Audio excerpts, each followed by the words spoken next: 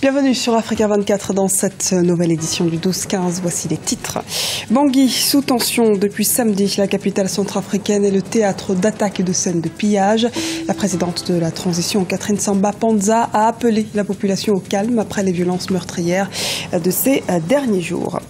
Un projet de loi divise les citoyens en République démocratique du Congo. Le texte porte sur les règles d'organisation d'un référendum. Et pour l'opposition, ce texte permettra au président Joseph Kabila, dont le deuxième mandat arrive à sa fin en 2016, de se représenter. L'opposition ivoirienne, elle, était dans la rue ce lundi à Abidjan. Les principaux adversaires du chef de l'État, Alassane Ouattara, se sont mobilisés pour dénoncer les conditions de la tenue de l'élection du 25 octobre. Selon eux, elle ne favorise pas un scrutin crédible et transparent. Mais avant de développer ces titres au Burkina Faso, arrestation de Djibril Bassolé, l'ancien ministre des Affaires étrangères, vient ce mardi d'être mis en arrêt par la gendarmerie. Une perquisition serait également prévue à son domicile. Lundi 28 septembre, le gouvernement l'avait accusé de comploter avec Gilbert Diendéré contre la transition, ce qu'il a de suite démenti. Il avait par ailleurs été empêché de se présenter à l'élection présidentielle par le Conseil constitutionnel burkinabé. Explosion de violence en République centrafricaine. Des affrontements ont éclaté dans la nuit du 25 septembre après que la dépouille d'un jeune chauffeur de mototaxi a été retrouvée dans le quartier du PK5. PK5, dernier fief musulman de Bangui depuis les affrontements intercommunautaires meurtriers de 2013 et 2014. Les précisions d'Ibra Khadindiaï. En République centrafricaine, la situation reste toujours préoccupante. Malgré le couvre-feu décrété dans la capitale Bangui de 18h à 6h du matin, la violence et les pillages inquiètent les autorités et la population. Les manifestants réclament la démission de la présidente de la transition, Catherine Samba Panza, qui a lancé un appel à la retenue depuis New York, où elle participait à l'Assemblée générale des Nations unies. J'appelle tous les protagonistes de cette énième nouvelle crise de tous bords à la retenue et au respect des engagements pris devant l'opinion nationale et internationale lors du Forum national de Bangui, afin d'accorder la primauté au dialogue et à la réconciliation. J'en appelle aussi au patriotisme des forces vives de la nation de s'impliquer sincèrement dans la recherche de la paix et dans le maintien de la cohésion intercommunautaire en évitant à tout prix de jeter de l'huile sur le feu. Lundi 28 septembre, près de 600 prisonniers se sont évadés de la prison de Ngarakba, située à l'est de Bangui, après une fusillade qui a fait plusieurs victimes. Les appels aux forces étrangères de maintien de paix et aux forces de l'ordre sont pour l'instant loin de ramener le calme. Une situation sécuritaire précaire qui compromet davantage la fin de la transition et la tenue de l'élection présidentielle. Tous les prétextes sont pris par rapport au DDR, le désarmement, démobilisation, réinsertion, rapatriement. Tout tourne autour de ce problème. Si le désarmement n'est pas fait, les gens il y aura toujours l'insécurité. Si les actions principales pour lesquelles l'ONU est en Centrafrique, si ces actions ne sont pas réalisées, tous les prétextes seront bons pour que non seulement la transition dure, mais la violence s'installe et la cohésion se brise malgré les efforts de réconciliation. Face à la situation, la présidente de transition, Catherine Samba Panza, a quitté ce lundi 28 septembre New York, où elle participait à l'Assemblée générale de l'Organisation des Nations unies. Un projet de loi censé définir les règles d'organisation d'un référendum cristallise le débat politique en République démocratique du Congo. L'opposition voit derrière cette manœuvre une probable organisation d'un référendum et donc la perspective d'un troisième mandat du président Joseph Kabila. On fait le point avec Paul de Singui.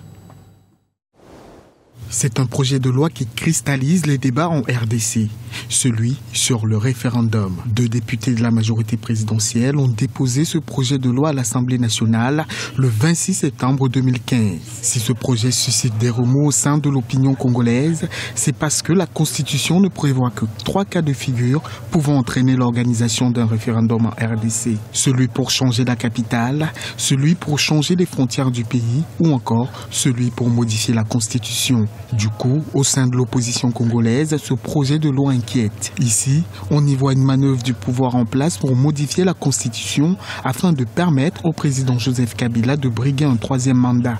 Nous les voyons venir. Ils veulent organiser un référendum. Je vous assure que notre peuple sera mobilisé et je vous parle comme le modérateur de la dynamite de l'opposition. Nous allons nous réunir pour barrer la route à ces imposteurs de dernière minute. Ils veulent troubler les eaux alors que notre peuple n'attend que les élections, pas autre chose.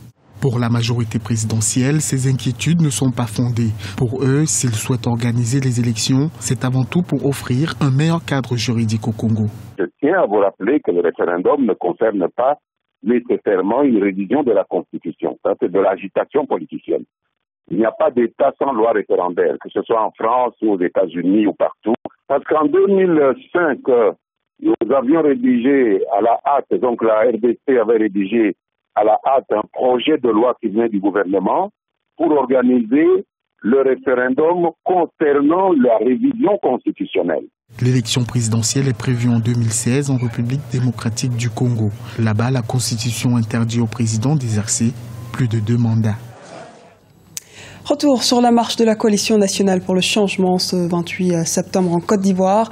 La CNC se mobilise pour se faire entendre. Ses membres s'insurgent notamment contre les conditions d'organisation du scrutin, la composition de la commission électorale indépendante et le manque d'accès aux médias d'État. Les précisions dans ce reportage d'Olivier Conan, correspondant en Côte d'Ivoire. Mobilisation de la CNC, Coalition nationale pour le changement, pour protester contre les conditions d'organisation de l'élection présidentielle du 25 octobre 2015.